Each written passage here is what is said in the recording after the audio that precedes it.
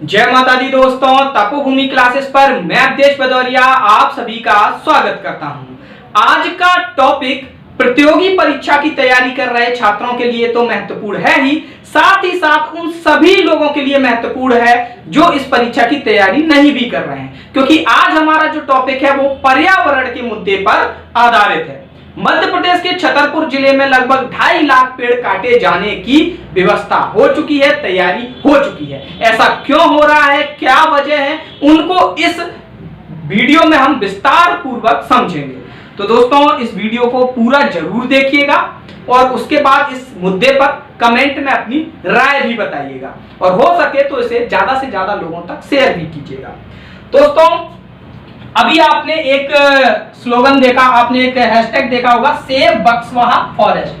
ये ट्विटर पे अभी ट्रेंड कर रहा था। क्यों ट्रेंड कर रहा था? क्योंकि बक्सवाहा में एक हीरे की खदान मिली है। वहां पर कितना हीरा होने का अनुमान है? 3.42 करोड़ कैरेट हीरा होने का अनुमान है। बक्सवाहा एक तहसील है छतरपुर जिले की और छतरपुर आपके मध्य प्रदेश का एक जिला है। वहां पर एक गांव है संगोरिया गांव में 3.42 करोड़ कैरेट हीरे होने की संभावना मिली है। अब ये हीरा है कितना है, थोड़ा आइडिया मैं आपको दे दूं। आइडिया ये दे देता हूं कि मध्य प्रदेश में सबसे ज्यादा हीरा कहां मिलता है? पन्ना में मिलता है। और वहां पर भी कितना भंडार है हीरे का? 22 लाख कैरेट भंडार है। और इस 22 लाख कैरेट को भी अभी तक हम पूरी तरीके से निकाल नहीं पाए हैं। हम अभी तक केवल 13 लाख कैरेट हीरा ही निकाल पाए हैं। लगभग 400 साल से पन्ना में हीरे का खनन चल रहा है। 400 साल पुराना इतिहास है हीरे का, हीरे की खुदाई का पन्ने में। ठीक है, तो 3.42 करोड़, इसका कितना हो जाएगा? लगभग 15 गुना, यानी कि एक बहुत बड़ा भंडार है। लेकिन इस भंडार को प्राप्त करने के लिए, ये जो भंडार है एक जंगल की जमीन के नीचे है, जहां पर बहुत मात्रा में अलग अलग प्रकार के पेड़ पौधे हैं, वहां पर ये भंडार है। तो इस भंडार को प्राप्त करने के लिए हमको वो पेड़ पौधे काटने पड़ेंगे। तकरीबन कितने पेड़ काटने पड़ेंगे? तो वन विभाग ने गिनती भी कर ली है। पेड़ हैं 2,15,875। इतने पेड़ों की गिनती वन विभाग ने कर ली है कि इतने पेड़ हमको काटने हैं। इनमें से 40,000 तो सागौन के पेड़ हैं, साथ ही साथ बहुत सारे औषधीय पेड़ भी हैं। ठीक है, अलग अलग प्रकार के पेड़ हैं। एक पूरा इकोसिस्टम तैयार हुआ है वहां पे, जो कहीं हजारों साल की व्यवस्था के बाद, हजारों साल में जो इकोसिस्टम तैयार हुआ होगा, उन पेड़ पौधों पर आपके पक्षी भी निवास करते होंगे, बहुत से जंगली जानवर, वन्य जीव प्राणी भी हैं और अलग अलग प्रकार के जानवर भी वहां पर रहते होंगे। ठीक है, तो उस पूरे इकोसिस्टम को खत्म करने की तैयारी इस खदान के लिए की जा रही है। चलिए दोस्तों, अब हम देखते हैं कि अब सबसे पहले तो एक विशेष बात यह है कि बहुत से छात्रों को यह लग रहा होगा कि सर क्लियर क्या है कि इतना हीरा होगा ही, जमीन के अंदर इतना हीरा होगा ही, इसका सबूत क्या है? क्योंकि अभी पिछले लॉकडाउन में आप देख रहे थे कि उत्तर प्रदेश में विशाल सोने का भंडार होने का अनुमान लगाया गया था कि बहुत टन सोना मिलेगा, इतना सोना मिलेगा कि भारत फिर से सोने की चिड़िया हो जाएगा। सुना था कि नहीं? लेकिन वहां पर मिला क्या? कुछ नहीं मिला। ठीक है, तो ऐसा यहां पर नहीं है। यहां पर क्या है, ये जो संगोरिया गांव है, यहां पर जो हीरे की बात चल रही है, इस पे 20 साल पहले से ही रिसर्च चल रही थी। ठीक है, 2006 से लेकर 2017 तक यहां पर एक प्रोजेक्ट चला जिसका नाम है बंडर प्रोजेक्ट। क्या नाम है? बंडर प्रोजेक्ट। शुरू में 3 साल के लिए स्टार्ट किया गया था। सरकार ने एक कंपनी थी ऑस्ट्रेलिया की, बहुत ही बदनाम कंपनी है पर्यावरण के मामलों में, रियो टिंटो, उसको उन्होंने ठेका दिया था कि आप आओ और यहां पर बक्सवाहा तहसील के इस गांव के आसपास देखो कि यहां हीरे का कितना भंडार है, हीरे का भंडार है भी या नहीं। सरकार के पास इतने संसाधन नहीं थे या इतने लोग नहीं थे कि वहां से मालूम करें, तो उन्होंने वहां से रियो टिंटो कंपनी को ऐसा बोला, ये प्रोजेक्ट दिया। तो 3 साल में बोला गया कि 3 साल में आप मालूम कर लो कि कितना यहाँ पर हीरे का भंडार है। तो वो कंपनी आई, 3 साल उन्होंने काम किया 2006 से 2009 तक, लेकिन मालूम नहीं कर पाई कि टोटल भंडार कितना है। तो 2 साल का और एक्सटेंशन दे दिया सरकार ने। तो 5 साल इन्होंने काम किया और इन्होंने अनुमान लगाया कि इतना हीरा है। अब ये, और साथ ही साथ एक और अनुमान लगाया कि एवरेज 900 मीटर खुदाई करेंगे तब हीरा मिलेगा। कितना? 900 मीटर, यानी कि लगभग 1 किलोमीटर तक का आप खुदाई कर दोगे तब आपको हीरा मिलेगा एवरेज। इन्होंने तकरीबन 100 जगहों पर वहां पर होल किए ठीक है, अब ये छोटे छोटे होल नहीं थे, बड़े बड़े होल थे। ठीक है, वहां पर होल किए और वहां से मालूम किया, जो सैंपल निकाले उन सैंपल के हिसाब से ये एक आंकड़ा इन्होंने बताया, 1 कैरेट में 200 मिलीग्राम होता है। ठीक है, लेकिन फिर क्या हुआ, 2011 में इन्होंने पूरा अपना रिसर्च कंप्लीट कर ली, लेकिन फिर इन्होंने रिपोर्ट जमा नहीं की सरकार को। सरकार और इनके बीच में कुछ चल रहा होगा। ठीक है, एक्चुअली में था क्या कि इन्होंने जो रिपोर्ट बनाई थी वो उस रिपोर्ट के हिसाब से इनको चाहिए थी 984 हेक्टेयर जमीन। ठीक है, ये जो कंपनी थी ना रियो टिंटो, जिसने ये रिसर्च करी थी, ये इसका ठेका भी लेना चाहते थे कि यहां से जो हीरा निकलेगा वो हम ही खोद के निकालेंगे, उसका ठेका भी लेना चाह रहे थे। लेकिन इनको 984 हेक्टेयर जमीन चाहिए थी, जिसके लिए तकरीबन 11 लाख पेड़ काटने पड़ते। इस वजह से और कुछ इनको ऐसा भी लगा कि अब सरकार के साथ इनका वो व्यवहार नहीं रह पाया, तो इनको क्या है, एनवायरमेंटल क्लियरेंस भी नहीं मिल पाएंगे या फिर ये प्रोजेक्ट डिले हो जाएगा। तो ये कंपनी मई 2017 में अपनी रिपोर्ट जमा करके और चली गई। इन्होंने अपनी रिपोर्ट जमा करी और ये चली गई। ठीक है, 2017 में। अगर आप इनकी रिपोर्ट आपको देखने को मिल जाएगी, अगर आप नेट पर गूगल पर डाल देंगे बक्सवाहा फॉरेस्ट रिपोर्ट ऐसा करके, तो 35 पन्ने की एक रिपोर्ट है, वो आपको मिल जाएगी। बिल्कुल अगर आप रिपोर्ट पढ़ोगे ना तो ऐसा लगेगा कि ईस्ट इंडिया कंपनी की रिपोर्ट हो, क्योंकि ना केवल इसके बारे में कि हीरा कितना मिल रहा है, कैसा क्या मिल रहा है, उसके टेक्निकल टर्म्स के अलावा इवन इतना भी इन्होंने रिपोर्ट में बताया है कि इसके आसपास कौन कौन से गांव हैं, उन गांवों में किस किस जाति समुदाय के लोग रहते हैं, कितनी उनकी लिटरेसी है, कितनी पढ़ाई लिखाई है, यहाँ पर आसपास कितने एनजीओ काम करते हैं, कितने एनजीओ आपके एनवायरमेंटल इश्यूज पर बात करते हैं। ये सारी चीजें लिखी हैं कि मतलब बाद में जब हम यहाँ पर खनन करें तो हमको कोई दिक्कत नहीं हो, यहाँ पर हम लोगों को बेवकूफ बना के अच्छे से काम अपना करें। ठीक है, तो 2017 में ये लोग चले गए। फिर उसके बाद क्या हुआ, कमलनाथ सरकार आई। कमलनाथ सरकार ने 2019 में फिर से टेंडर निकाला। इनको ध्यान आया, अरे वहां पर तो हीरा है, उसको तो अपन को खोदना है।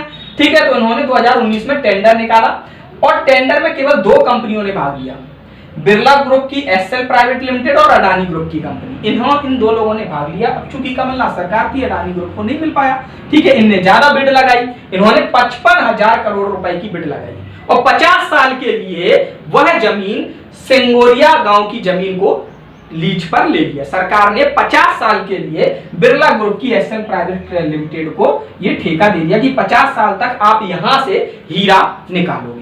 हालांकि अभी एनवायरमेंटल क्लियरेंस नहीं मिले हैं।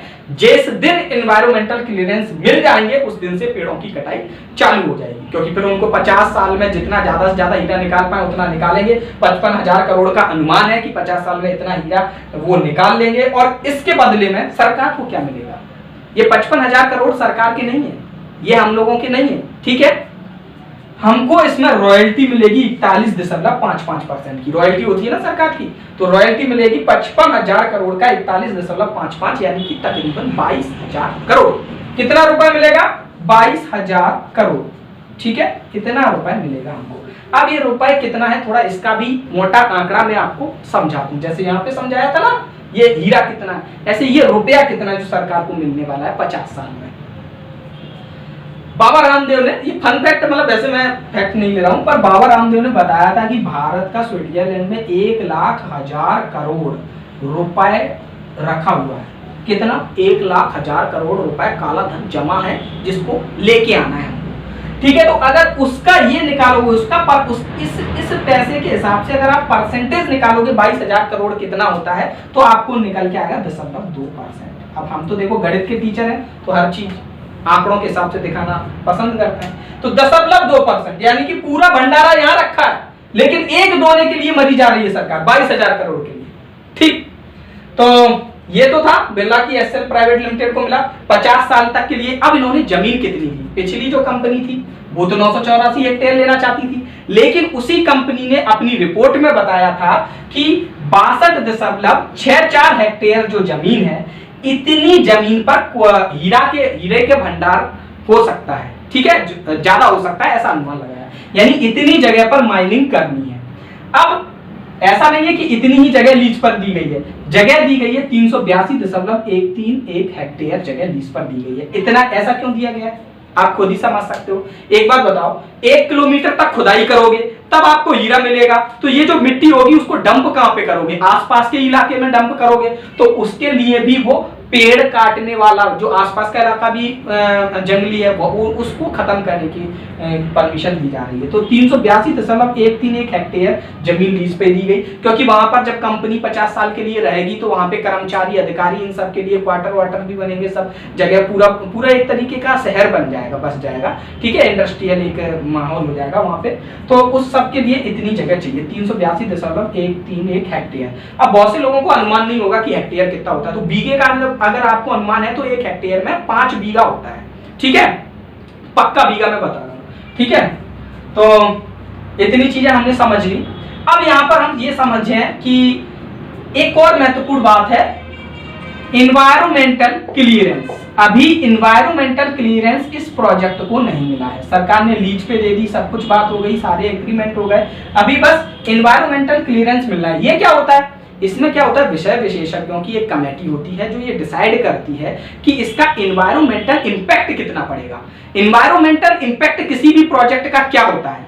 किसी भी प्रोजेक्ट का इन्वायरमेंटल इंपैक्ट वह होता है कि इस प्रोजेक्ट के आने से कितना सोशल कितना मतलब सामाजिक प्रभाव पड़ेगा, आसपास के जगह पे कितना विकास होगा, कितनी आर्थिक चीजें होंगी, और उसके अनुपात में पर्यावरण को कितना नुकसान पहुंचेगा। साथ ही साथ पर्यावरण को हम किस तरीके से मतलब अच्छा कर सकते हैं, या फिर इसमें ही इसी प्रोजेक्ट के माध्यम से कुछ और ऐसा काम करें जिससे पर्यावरण में सुधार भी आए। इतने पेड़ काट रहे हैं तो कुछ, जैसे इसी वाले प्रोजेक्ट में एक ऐसा बताया गया है कि जितने पेड़ काटेंगे 2.5 लाख के समथिंग उतने ही पेड़ लगा भी देंगे। लेकिन पर्यावरणविदों का मानना है कि इस तरीके से जो पेड़ लगाना है, अगर हम एक तरीके से जंगल बना नहीं सकते, जंगल हजारों सालों की प्रक्रिया के बाद बनते हैं, एक इकोसिस्टम बनता है, अलग अलग वैरायटी के पेड़ पौधे, औषधि, हर चीजों का सहजीवी संबंध होता है जिसको हम खुद से तैयार नहीं कर सकते। हम एक जैसे पेड़ एक जगह लगा देंगे, उनमें एक बीमारी हुई, सारे पेड़ खत्म, और भी मतलब वो जंगल वाला जो माहौल है, जो इकोसिस्टम है, वो बनने में हजारों साल लगते हैं।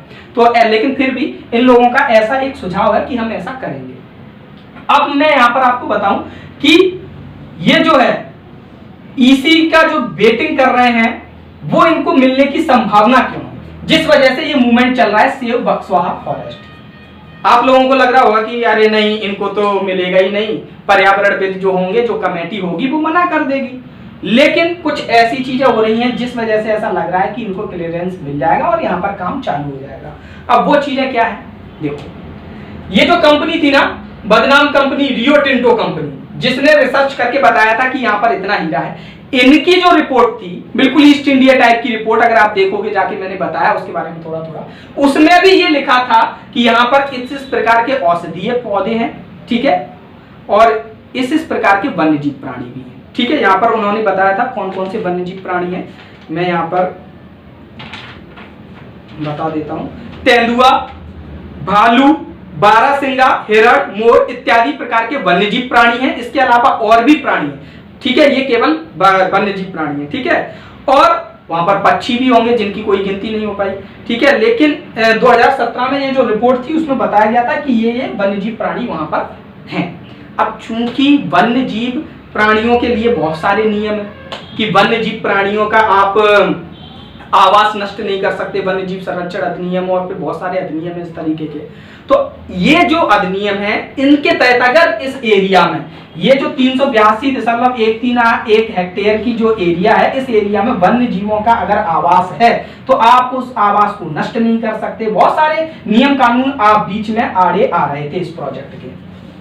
2017 में रियो टिंटो कंपनी और साथ ही साथ उसका वेरिफिकेशन एक सरकारी विभाग के द्वारा किया गया था, जियोलॉजिकल विभाग के द्वारा, तो उसने भी यहाँ पर यही माना था कि यहाँ पर आवास है काफी वन्यजीव प्राणियों के। लेकिन अभी हाल ही में दिसंबर में एक रिपोर्ट जारी की गई जो कि वहां के डिस्ट्रिक्ट फॉरेस्ट ऑफिसर की होगी, डीएफओ की रिपोर्ट थी। उन्होंने बताया कि इतने एरिया में एक भी वन्यजीव प्राणी नहीं है। बताइए, आप सोच सकते हैं कि इतने एरिया में एक भी वन्यजीव प्राणी नहीं है। 3 साल में खत्म हो गए, 2017 में थे, अब नहीं है। ये रिपोर्ट जब से आई है, ये जो रिपोर्ट प्रस्तुत की गई है, वहां से ये समझ में आने लगा है कि ये सारी चीजें किसके लिए हो रही हैं, ये एनवायरमेंटल क्लियरेंस के लिए हो रही हैं इसके। अब यहाँ पर वहां पर जो समाज सेवी है, जो पर्यावरणविद हैं, उनकी और भी थोड़ी परेशानियां हैं यहाँ पर कि बहुत सी बार लगता है कि चलिए ठीक है, 2 लाख पेड़ काटेंगे, 2 लाख लगाएंगे और उससे काफी रेवेन्यू जनरेट करेंगे और चीजें कहीं ना कहीं मतलब एडजस्ट कर लेंगे, ये इतनी बड़ी संख्या नहीं है। लेकिन इस एरिया में पहले से ही एक योजना आई थी, केन बेतवा की संगम की योजना, जो कि तात्कालिक प्रभाव तो उसके काफी अच्छे लग रहे थे कि यहाँ पर जहाँ जहाँ पर पानी की कमी है उन जगहों पर पानी की पूर्ति की जाएगी। लेकिन अगर हम वर्तमान में देखें तो उस परियोजना की वजह से लगभग 23 लाख पेड़ डूबने की कगार में है, यानी कि उसके जो दीर्घकालिक परिणाम है वो यहाँ पर काफी बुरे समझ में आ रहे हैं। वो भी इसके नजदीक है, साथ ही साथ एक हाईवे प्रोजेक्ट है जिसके लिए 2 लाख पेड़ काटे जा रहे हैं, वो भी यहीं पर है। तो एक ही एरिया में इतना सारा वनों का विनाश कितने अधिक पर्यावरणीय प्रभाव लेकर आएगा, इसके बारे में कोई भी एनवायरमेंटलिस्ट नहीं बता सकता। बहुत ही भयावह इसके परिणाम देखने को मिलेंगे। अब चूंकि वहां पर प्रोजेक्ट लगेगा, पानी की भी जरूरत पड़ेगी, ये जगह ऐसी है जहां पर पानी की कमी है, ठीक है, यहाँ पर भूजल काफी नीचे है, तो वहां पर इस प्रोजेक्ट के आने से इन चीजों पर भी प्रभाव पड़ेगा। तो बहुत सारी ऐसी चीजें हैं जिनका यहाँ पर इस प्रोजेक्ट पर प्रभाव पड़ेगा। अब दोस्तों मैं आपको एक और चीज बता दूं कि सरकार को कितने रुपए मिलने वाले हैं, थोड़ा एक एनालिसिस हो जाए। एक एनालिसिस ऐसा कर देता है कि इतने पेड़ों की कीमत कितनी है सरकार के हिसाब से, सरकार के हिसाब से ही इतने पेड़ों की कीमत कितनी है, और सरकार के हिसाब से ये जो रेवेन्यू वो जनरेट कर रहे हैं, यानी कि जब हमारी सरकार है तो उसको अगर वो कोई आर्थिक क्रिया भी कर रही है, सरकार का ये मानना है कि इससे थोड़ा आर्थिक फायदा होगा, आर्थिक मतलब लोगों को रोजगार मिलेगा, ये सारी चीजें होंगी, वहां पे थोड़ा इंडस्ट्री बनेगी तो ठीक है, खनन की। तो सरकार कोई भी निर्णय लेगी तो उसके लिए प्लस माइनस सारी चीजें उनको चेक करनी चाहिए। तो हम भी एक बार चेक करके देख लेते हैं कि इतने पेड़ों को काटने से कितना आर्थिक नुकसान होने वाला है, और अगर ये बने रहते तो ये कितना आर्थिक सहयोग हमको दे सकते थे। तो दोस्तों आपको पता है, लगभग मोटा माटी में आंकड़ा ले लेता हूं कि 2.5 लाख पेड़ काटे जाने हैं। देखो 2,15,000 की गिनती हो गई, ठीक है, लेकिन ऐसा तो होता नहीं है। जो रियो टिंटो कंपनी थी ना, उसको तो एक भी पेड़ काटने की अनुमति नहीं थी अपने प्रोजेक्ट में, क्योंकि उनको तो होल करने थे अलग अलग जगह, लेकिन वो भी 1000 पेड़ इलीगली काट ले गए। तो लगभग हम एक आइडिया लगा लेते हैं कि 2.5 लाख पेड़ काटे जाएंगे, ठीक है। अब सरकार को कितने मिलने हैं? 22,000 करोड़। 22,000 करोड़ रुपए सरकार को मिलेंगे कितने साल में? 50 साल में। 50 साल में मिलेंगे, ठीक है, 22,000 करोड़। यहां पर हम आइडिया लगाएं कि 2.5 लाख पेड़ों की कीमत कितनी होती है। अभी हमारे मध्य प्रदेश में सीहोर में एक व्यक्ति ने 2 सागौन के पेड़ काट दिए थे। क्या किया था? 2 सागौन के पेड़ काट दिए थे। अब उन्होंने जो सागौन के पेड़ काटे थे तो उन पर लगा जुर्माना। अब वो जुर्माना कितना था? 1 करोड़ 21 लाख। कितना जुर्माना था? 1 करोड़ 21 लाख, ठीक है। अब ऐसा नहीं है कि ये जुर्माना है, पेड़ की कीमत कम होगी, नहीं, पेड़ की जो कीमत थी उसी के आधार पर ये जुर्माना लगाया गया, ठीक है, कि पेड़ एक अपने जीवन काल में 23 लाख रुपए के समथिंग की तो आपको क्या दे देता है? ऑक्सीजन प्रोवाइड कर देता है, भूक्षरण में सहयोग करता है, भूक्षरण को रोकता है, उसका भी कोई एस्टिमेशन था। इस तरीके से हर तरीके का एस्टिमेशन था। एक इंस्टीट्यूट है ICEMR, उसने ये काम किया था, ठीक है। तो उसके हिसाब से 61 लाख रुपए की वैल्यू एक पेड़ की मानी गई 50 साल के लिए, अगर उसकी औसत आयु 50 साल है, ठीक है।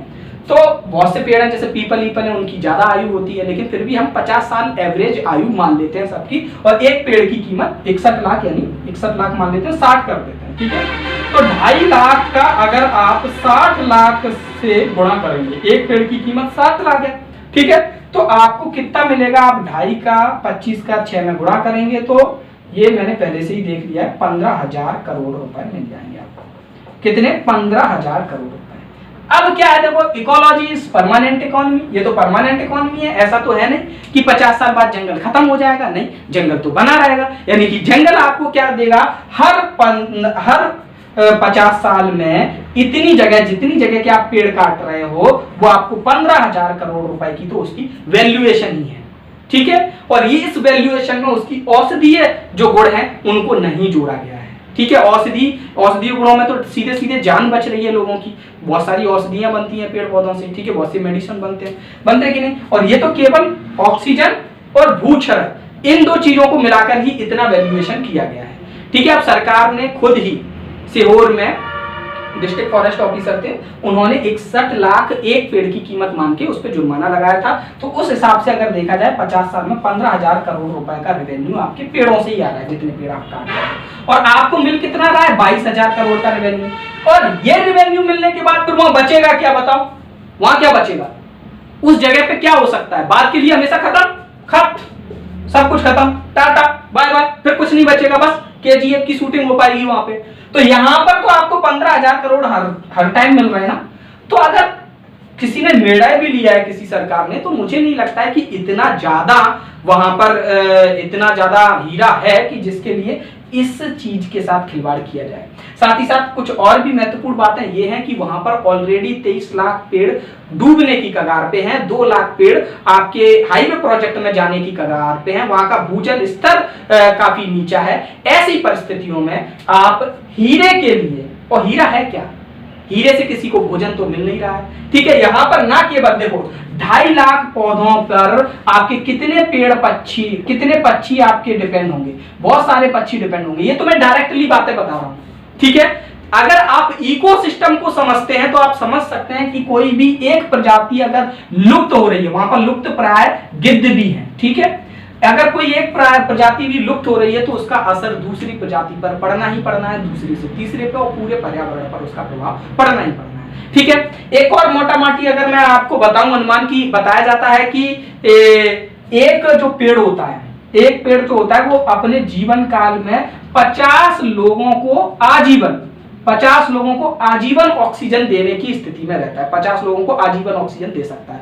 तो अगर आप ये समझ सकते थे, वो पेड़ पौधे पक्षी, इनसे तो कोई किसी को समझ में नहीं आता, जब मनुष्य पे खुद बीतती है तभी उसको समझ में आता है। तो अगर आप ऐसे देख लो कि एक पेड़ 50 लोगों को ऑक्सीजन दे रहा है, तो अगर आप 2.5 लाख पेड़ काटने जा रहे हो तो आप कितने लोगों की ऑक्सीजन सप्लाई बंद करने वाले हो? 50 गुणा 2.5 कितना हो जाता है बताओ? 50 गुणा 2.5 आपका हो जाता है 125 लाख, यानी 1,25,00,000 लोगों के सर कलम कर दीजिए आप, ठीक है। 2.5 लाख पेड़ काटने का मतलब है 1 करोड़ से ऊपर लोगों की सर कलम कर देना। तो ये कुछ महत्वपूर्ण चीजें थी यहाँ पर इस प्रोजेक्ट को लेकर। तो काफी लोगों ने मुझसे बोला था कि सर आप सेव बक्सवा फॉरेस्ट के बारे में वीडियो भी बनाएं, जो कि ऐसा वीडियो हो जो कि आपके एग्जाम पर्पस से भी महत्वपूर्ण हो और अधिक से अधिक हमारे लिए मतलब एक नॉलेज जो है लोगों के बीच में जो फैले उसके लिए भी महत्वपूर्ण हो। तो मैंने ऐसा ही वीडियो बनाने का ये प्रयास किया है। आप इस हैशटैग के साथ इसे जरूर प्रचारित करें और इस हैशटैग को आप ट्विटर पर भी ट्रेंड कराएं और फेसबुक और जगह जगह अपने स्टेटस के माध्यम से भी बताएं, ताकि लोगों के पास जागरूकता पहुंचे।